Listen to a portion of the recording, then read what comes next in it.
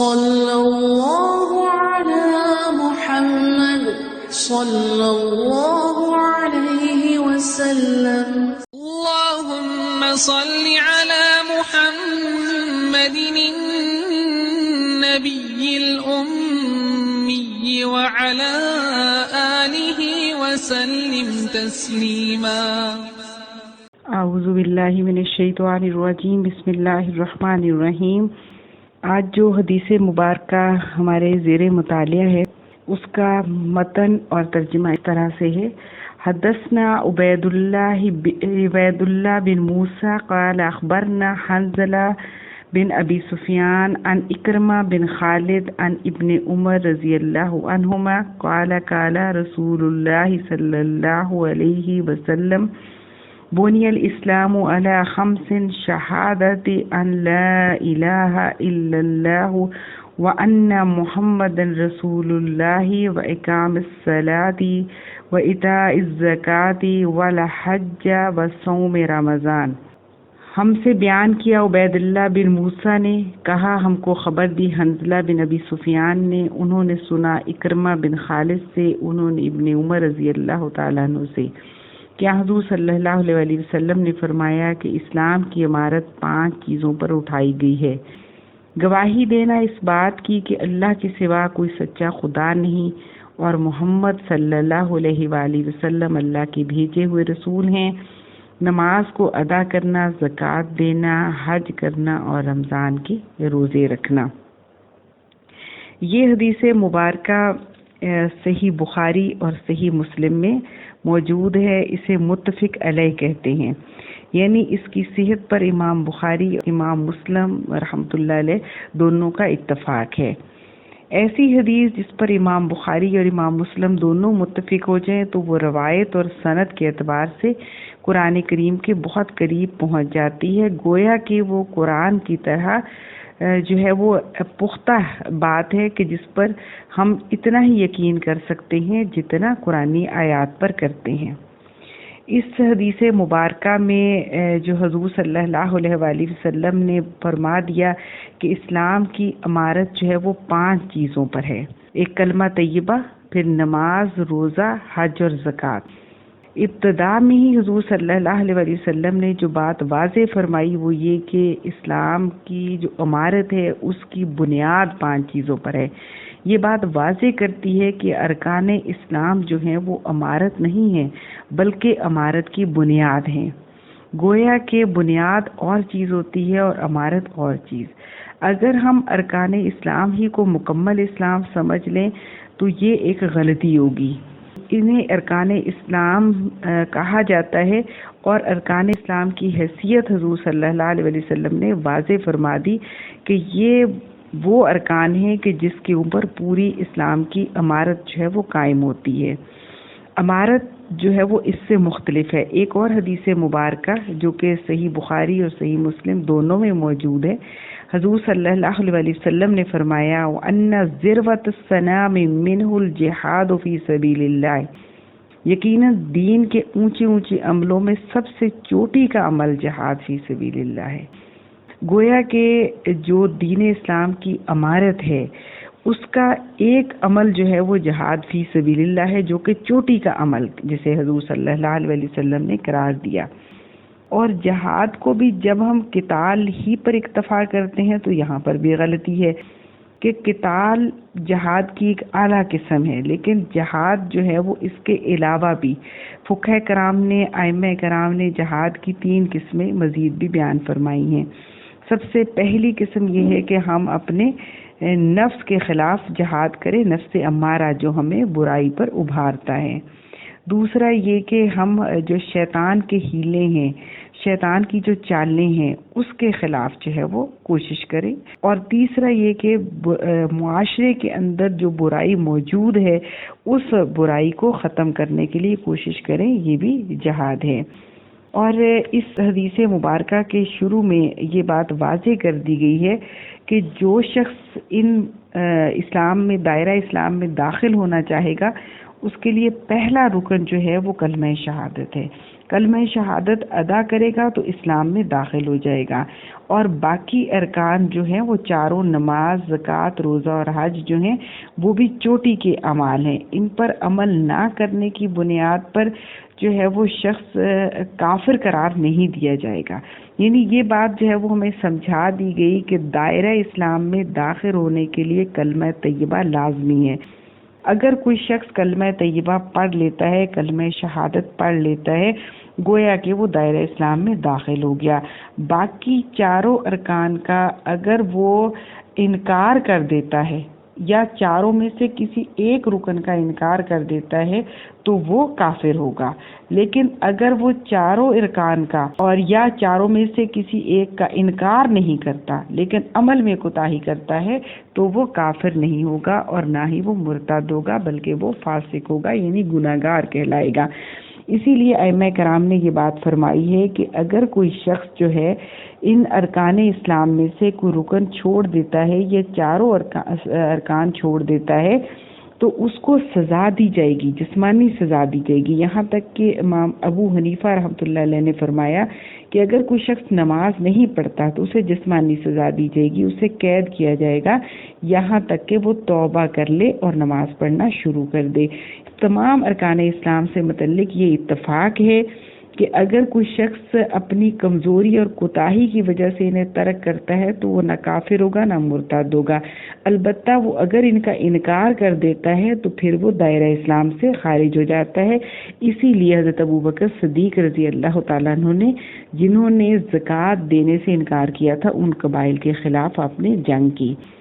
اور جو بھی شخص ہمارے سامنے کلمہ شہادت ادا کرتا ہے، خواہ وہ صدقے دل سے کرے یا ہمیں حالات یہ بتا رہی ہوں کہ اس نے صدقے دل سے کلمہ نہیں پڑھا، پھر بھی ہم اسے مسلمان ہی سمجھیں گے اور اس کے ساتھ مسلمانوں والا ہی معاملہ کریں گے. اس حدیث مبارکہ میں ایک اور بات جو ہمیں سمجھائی گئی ہے وہ یہ کہ جب ہم دائرہ اسلام میں داخل ہوتے وقت یہ کہتے ہیں کہ لا الہ الا اللہ، کہ ہم انکار کر دیتے ہیں کہ کوئی بھی معبود نہیں ہے، کوئی عبادت کے لائق نہیں ہے سوائے اللہ رب العالمین کے. گویا کہ ہم یہ کہتے ہیں کہ صرف اور صرف اللہ ہی وہ ذات ہے کہ جس کی ہمیں بندگی کرنی ہے، غلامی کرنی ہے. غلامی اور ملازمت میں فرق ہوتا ہے. ملازم جو ہے وہ جز وقتی ہوتا ہے جبکہ غلام کل وقتی ہوتا ہے. اگر ہم کسی کو ڈرائیور رکھتے ہیں تو ہم اس سے خانسامہ کا کام نہیں لے سکتے. البتہ جو غلام ہے وہ ہمیشہ کے لیے ہر وقت کا غلام ہے. اس کا آقا اسے جو بھی کام کہے گا اسے وہ کرنا ہوں گے. اس کی زندگی کا دار و مدار جو ہے وہ اپنے آقا کے احکامات کے اوپر ہے، اس کی خوشنودی کے اوپر ہے.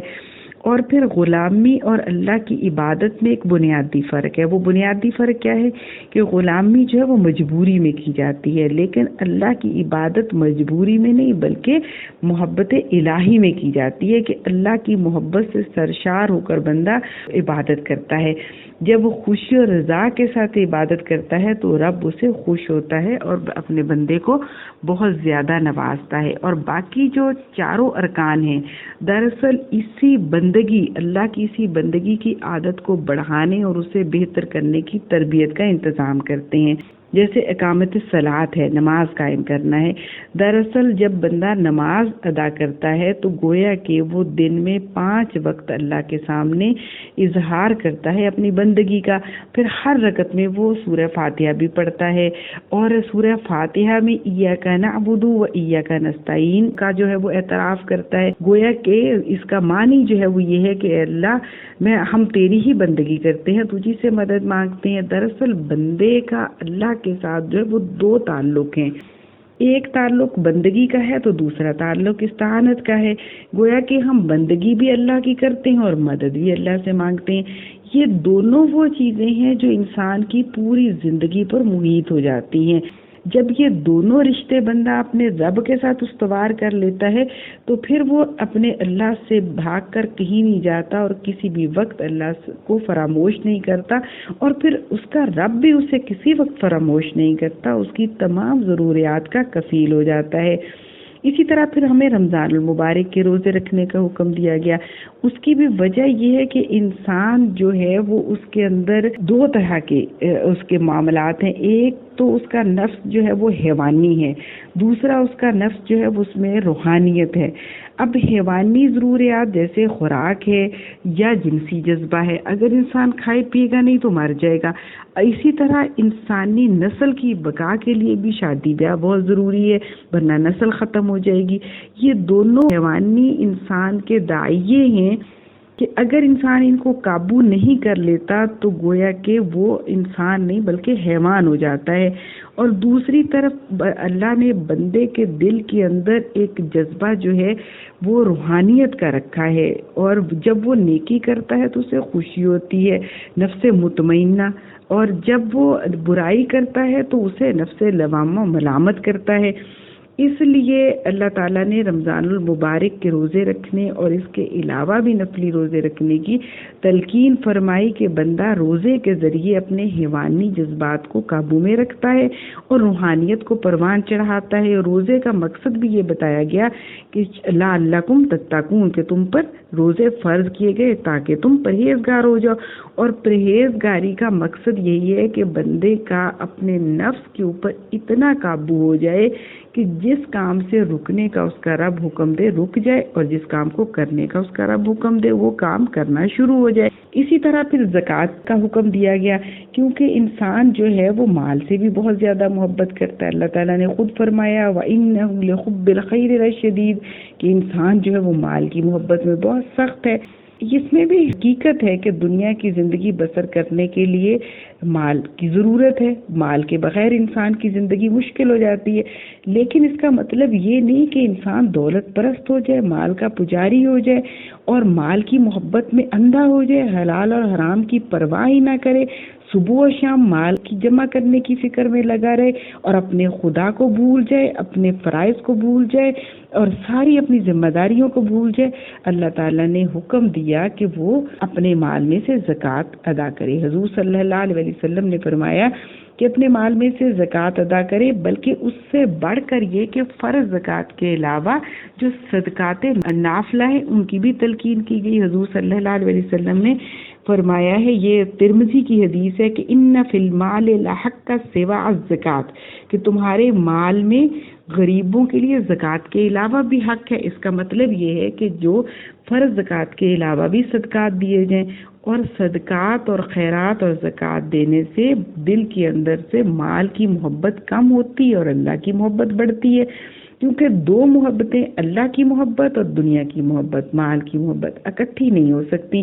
جب انسان کے دل کے اندر اللہ کی محبت گھر کر جاتی ہے تو دنیا کی محبت آہستہ آہستہ آہستہ آہستہ رخصت ہونا شروع ہو جاتی ہے، اور جب دل کے اندر دنیا کی محبت گھر کر جاتی ہے تو اللہ کی محبت خود بخود کم ہو جاتی ہے. اسی طرح پھر آخری جو 5واں رکن ہے وہ بیت اللہ شریف کا حج ہے، اور اس میں دراصل تینوں عبادتوں کو جمع کر دیا گیا. ہم بآواز بلند اللہ کا ذکر بھی کرتے ہیں، تلبیہ پڑھتے ہیں، اور پھر اس کے ساتھ یہ ہے کہ احرام کی حالت میں بہت ساری وہ پابندیاں عائد ہو جاتی ہیں جو عام حالات میں عائد نہیں ہوتی. اور یہ بھی تزکیے کا انتظام ہے کہ بندہ اپنے رب کے حکم پر جائز چیزوں سے بھی رک جاتا ہے، اور پھر حج کی ادائیگی کے لیے ایک بڑی رقم جو ہے وہ خرچ کرتا ہے، تو گویا کہ اپنے مال کی قربانی بھی کرتا ہے. یہ تینوں جو ہماری عبادات اس ایک حج اور عمرے کی عبادت میں جمع ہو جاتے ہیں. اور اس کا فائدہ کب ہوگا؟ اس کا فائدہ اس وقت ہی ہوتا ہے جب ہم حلال کمائی سے حج اور عمرے کی ادائیگی کے لیے جاتے ہیں. اور دراصل وہی حج اور عمرے جو ہیں وہ اللہ کی یہاں بارگاہ میں قبول ہوتے ہیں جو حلال کمائی سے کیے جاتے ہیں. اور پھر یہ بھی بتا دیا گیا کہ جب تم حج اور عمرے کے لیے جاؤ تو اپنے آپ کو ہر طرح سے گناہ سے بچاؤ. دراصل ان سارے ارکان اسلام کا مقصد جو ہے وہ یہ ہے کہ بندے کا اپنے رب کے ساتھ رشتہ استوار ہو جائے. اور یہ ارکان خمسہ یہ بنیاد ہیں اسلام کی عمارت کی، کہ جن کے اوپر اسلام کی عمارت جو ہے وہ کھڑی ہوتی ہے. جتنی مضبوط بنیاد ہوگی اتنی ہی مضبوط اوپر اسلام کی عمارت بنے گی. اسلام کی عمارت دراصل کیا ہے کہ انسان کے اخلاق اور معاملات ہیں، کہ اگر ہماری یہ بنیاد درست ہوگی تو اس بنیاد پر ہمارے اخلاق و معاملات درست ہوں گے، اور اگر ہمارے اخلاق و معاملات درست ہوں گے تو اس کے نتیجے کے طور پر ہماری جو ذمہ داری اللہ تعالیٰ نے سپرد کی ہے، ہمیں اپنا خلیفہ بنا کر دنیا کے اندر بھیجا، ہماری زندگی کا مقصد یہ قرار دیا کہ ہم اللہ کے نظام کو اس دنیا کے اندر بالفعل نافذ کر دیں، ہمارے اوپر یہ لازم کر دیا گیا کہ ہم اللہ کی حاکمیت کو قائم کریں۔ جب ہم سارے مفادات سے بڑھ کر اپنی نفسانی خواہشات کو قابو میں کرتے ہوئے اپنے اللہ کی محبت کو بڑھا کر اپنی زندگی کے مقصد کو طے کر لیں گے کہ جو اللہ نے ہمیں دیا ہے، اس مقصد کے اوپر لگ جائیں گے، تو تب جو ہے وہ ہمارے اخلاق و معاملات بھی درست ہوں گے، اور اس اخلاق و معاملات کی درستگی اور اللہ کی محبت کے ساتھ ہم اپنے اس فرض کو نبھانے کے قابل ہو جائیں گے جو فرض اللہ تعالیٰ نے دنیا میں علی کلمت اللہ کا دے کر مجھے اور آپ کو بھیجا ہے۔ اللہ تعالیٰ سے دعا ہے کہ اللہ تعالیٰ ہمیں ان ارکان خمسہ کے اوپر پوری پابندی کے ساتھ صحیح طریقے سے عمل کرنے کی توفیق دے، تاکہ اس کے نتیجے کے طور پر ہم اپنے فرائض منصبی کو پورا کر سکیں اور آخرت میں سرخرو ہو سکیں۔ السلام علیکم ورحمۃ اللہ وبرکاتہ۔ صلی اللہ علی محمد صلی اللہ علیہ